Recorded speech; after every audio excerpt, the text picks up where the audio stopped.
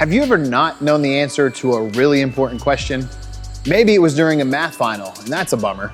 What about not being sure if a girl will say yes to your HOCO proposal? Maybe you just can't decide whether LeBron or Jordan is the GOAT. At some point, we've all felt stumped by a question. And throughout history, people have questioned plenty of things about God and the Bible. And asking questions didn't mean they didn't have faith. It meant they were learning more about the God behind creation. Science has explained many things that reshaped the way we understood stories and accounts passed down by people for thousands of years. For example, have you ever heard of Galileo? He was a famous Italian scientist who lived in the 1600s. Among other things, he invented a telescope that was able to see farther into space, confirming what a few brave scientists had suggested, that the Earth was not the center of the universe. The only problem? Most Christians, especially the powerful ones, thought this went directly against what Scripture said. Galileo famously said this: "I do not feel obliged to believe that the same God who has endowed us with senses, reasons, and intellect has intended us to forgo their use."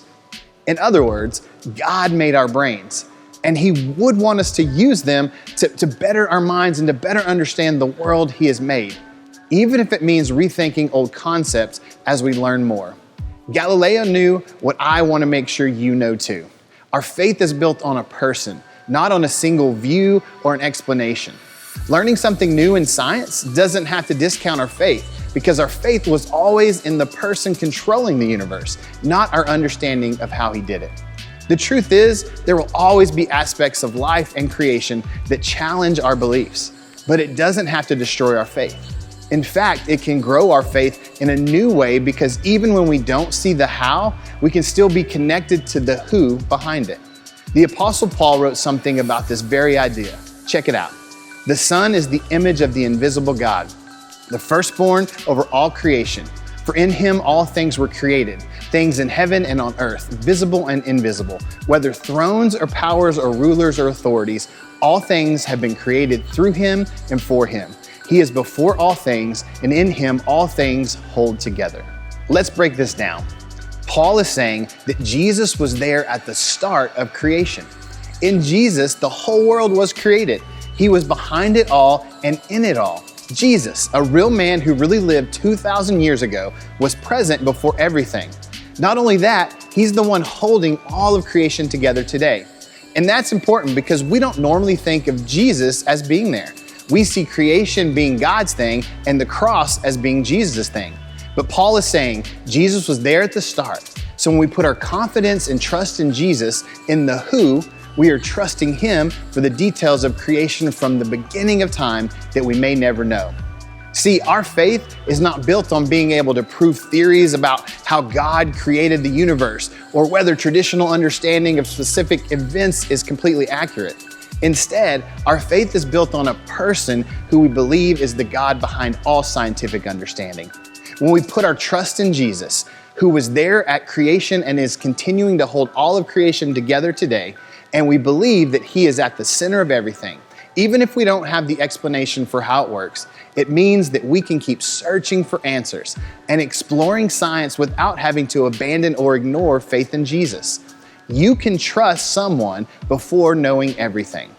When you learn something new that doesn't necessarily line up with what you've read or heard in church, it doesn't mean you have to walk away from the person behind the faith you have. It just means you get to know Him even better. You don't have to know everything in order to trust someone. We're never going to have all the answers to every question raised about what we believe. But that doesn't mean we have to walk away from our faith. Knowing that you may never have explanations to all of your questions doesn't mean that you should stop asking them. Just because you choose to trust Jesus doesn't mean you have to sacrifice your intelligence. In fact, if you don't hear anything else today, I want you to walk away knowing that there are two key ideas you should consider as a result of everything we're talking about. The first thing is you should ask questions. God is okay with your questions. You don't have to turn off your brain in order to be a Christian. Use it. Being a Christian isn't about having all the explanations to everything you wonder about.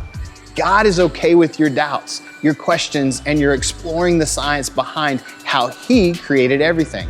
God actually created your brain, so He's more than okay with you using it to better understand the rest of His creation. Secondly, you can trust Jesus. Maybe you've felt guilty about the doubts or questions you've had about faith due to your understanding of science. You don't have to feel that way anymore. Our faith is built on Jesus, not on having all the explanations. Our faith is built on the fact that Jesus, who really lived, is also the God who created everything. See, our faith is not in having all the answers. Our faith is in a person, who that person is and what that person did. And His name is Jesus.